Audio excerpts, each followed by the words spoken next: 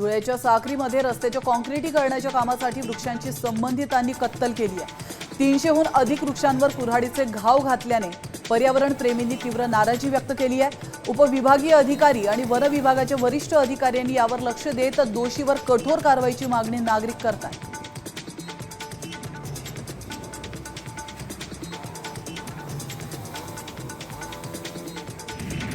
जळगावच्या मुक्ताईनगरमधील हरताळामधील नवीन प्लॉट भागामध्ये गटारी तुंबल्याने सांडपाणी घरात शिरतंय। गटारी ठेंगण्या आणि रस्ता उंच झाल्याने सांडपाणी घरात शिरतंय, त्यामुळे महिलांनी संताप व्यक्त केला।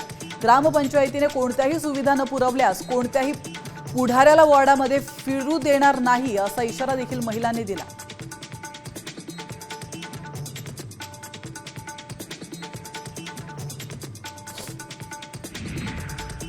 जळगावात फुकट्या प्रवाशांकडून कोट्यवधींचा महसूल जमा करण्यात आलाय।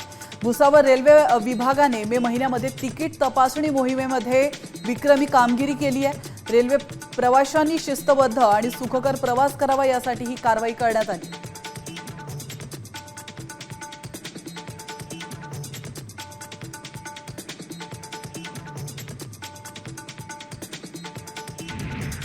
जळगावच्या एरंडोल धरण गावातील उड्डाण पुलाखाली व्यावसायिकांनी अतिक्रमण करून व्यवसाय सुरू केला, त्यामुळे वाहतुकीची कोंडी होऊन अपघात होण्याची भीती नागरिकांनी व्यक्त केली आहे। त्याचप्रमाणे वाहने पार्किंग केल्यामुळे उड्डाण पुलाची पार्किंग पूल म्हणून ओळख झाली आहे, त्यामुळे उड्डाण पूल अतिक्रमण मुक्त करण्याची मागणी केली जाते।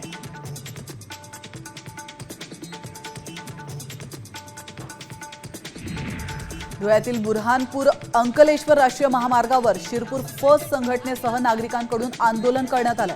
शिरपूर ते शहादा रस्त्याची दुरुस्ती करण्याची मागणी यावेळी करण्यात आली आहे। दुरुस्तीसाठी आलेले कोट्यवधींचा निधी जातो तरी कुठे असा प्रश्न त्यांनी उपस्थित केला।